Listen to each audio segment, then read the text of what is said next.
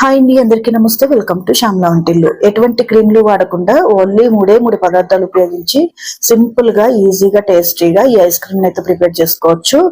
ఇంట్లోనే చాలా ఈజీగా ఎటువంటి ఐస్ క్రీమ్ మౌల్స్ లేకపోయినా ఓన్లీ ఇంట్లో ఉన్న స్టీల్ గ్లాసులు ఉపయోగించి సింపుల్ గా ఈ ఐస్ క్రీమ్ ని టేస్టీగా ఎలా చేసుకోవాలో చూపిస్తాను. మీకు ఈ వీడియో నచ్చినట్లయితే ప్లీజ్ లైక్ చేసి ఛానల్ ని సబ్స్క్రైబ్ చేసుకుని సపోర్ట్ చేయండి. ఇప్పుడు ఈ ఐస్ క్రీమ్ ని ప్రిపేర్ చేయడం కోసం ముందుగా నేను ఇక్కడ ఒక 20 రూపీస్ ఓరియో బిస్కెట్ ప్యాకెట్ ని తీసుకున్నాను. ఇప్పుడు మీరు ఎక్కువ క్వాంటిటీలో చేసుకోవాలి అనుకుంటే ఈ బిస్కెట్స్ కూడా ఎక్కువగా తీసుకోవాలి. మీరు ఎంత ఎక్కువ మొత్తంలో ఈ బిస్కెట్స్ తీసుకుంటే అంత టేస్టీగా ఐస్ క్రీమ్ అనేది రెడీ అవుతుంది. ఇందులో మనం ఎటువంటి క్రీము ఉపయోగించకుండా కేవలం బిస్కెట్స్ మాత్రమే ఉపయోగిస్తాం కాబట్టి బిస్కెట్ లో ఉండే క్రీమ్ రుచితోనే ఐస్ క్రీమ్ చాలా టేస్టీగా బాగుంటుంది. ఈ బిస్కెట్స్ ని ఇలా మెత్తగా పౌడర్ లాగా చేసుకోవాలి. అలానే మరీ మెత్తని పౌడర్ లాగా కాకుండా ఇలా కొద్దిగా బరక పౌడర్ చేసి తీసుకోవాలి.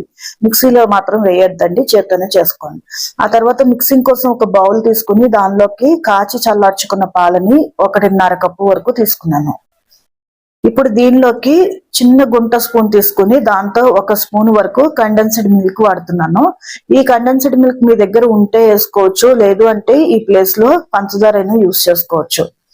ఈ కండెన్స్డ్ మిల్క్ మీ దగ్గర కనుక లేకపోతే సేమ్ ఇదే క్వాంటిటీలో షుగర్ తీసుకోండి, సరిపోతుంది. ఇది కొద్దిగా కరిగే పాలల్లో మిక్స్ అయ్యే వరకు కలుపుకోవాలి. కలుపుకున్న తర్వాత ఇలా ఒక 4 స్టీల్ గ్లాసులు తీసుకున్నానండి. ఇవి మనం ఇంట్లో టీకి కాఫీకి యూజ్ చేసే ఈ స్టీల్ గ్లాసుల్ని ఒక 4 వరకు తీసుకోవాలి. మనం పొడి చేసి పెట్టుకున్న ఈ బిస్కెట్ పౌడర్ ని గ్లాసుల్లో వేసుకోవాలి. మనం బిస్కెట్ పౌడర్ ఎంత ఎక్కువ వేసుకుంటే ఈ ఐస్ క్రీమ్ అంత టేస్టీగా వస్తుంది. ఇప్పుడు దీనిలోకి మనం ఆల్రెడీ కలిపి పెట్టుకున్న ఈ పాలను కూడా గ్లాసులోకి వేసుకోవాలి. కండెన్స్డ్ మిల్క్ గనక వేస్తే మాత్రం షుగర్ వేయొద్దండి, ఆ స్వీట్నెస్ సరిపోతుంది. మీరు షుగర్ కనుక ఉపయోగించేటట్లయితే చూసుకుని టేస్ట్ ని బట్టి యాడ్ చేసుకోండి. సేమ్ ఇదే క్వాంటిటీలో యూస్ చేసినా సరిపోతుంది, ఎందుకంటే బిస్కెట్స్ యూస్ చేస్తాం కాబట్టి. ఇలా ఫిల్ చేసుకున్న తర్వాత పైనుంచి మళ్ళీ కొద్దిగా మనం బిస్కెట్ పౌడర్ ని యాడ్ చేసుకోవాలి. మీకు కావాలి అనుకుంటే డ్రై ఫ్రూట్స్ ని కూడా చిన్నగా కట్ చేసి వీటిలో యాడ్ చేసుకోవచ్చు, లేదంటే చాక్లెట్ ని సన్నగా కట్ చేసుకుని కూడా వేసుకుంటే ఇంకా టేస్ట్ బాగుంటుంది.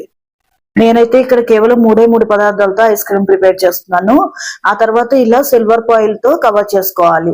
మీ దగ్గర సిల్వర్ ఫాయిల్ లేకపోతే ప్లాస్టిక్ కవర్ ని కూడా కట్ చేసి స్టీల్ గ్లాస్ పైన అరేంజ్ చేసుకుని రబ్బర్ బ్యాండ్ తో కవర్ చేసుకోవచ్చు. సిల్వర్ ఫాయిల్ వాడటం వల్ల ఏంటి అంటే లోపల పైన ఐస్ క్రీమ్ పైన వాటర్ అనేది చేరకుండా ఉంటుందండి, లేదు అంటే కొంచెం వాటర్ ఫామ్ అయ్యే ఛాన్సెస్ ఉంటాయి. అందుకోసం సిల్వర్ ఫాయిల్ ఉంటే మీరు ట్రై చేయండి, లేదు అంటే ప్లాస్టిక్ కవర్ తో అయినా చేయొచ్చు. ఇలా తర్వాత ఇలా ఒక చాకు తీసుకుని చిన్న హోల్ లాగా చేసుకుని దాంట్లో నుంచి ఐస్ క్రీమ్ స్టిక్స్ ని ఇలా పెట్టుకోవాలి. మీ దగ్గర ఐస్ క్రీమ్ స్టిక్స్ ఉంటే ఓకే, లేదు అంటే ప్లాస్టిక్ స్పూన్స్ అయినా ఇలా అరేంజ్ చేసుకోవచ్చు, లేదంటే స్టీల్ స్పూన్స్ అయినా కానీ ఇలా నిలబెట్టుకుంటే సరిపోతుంది.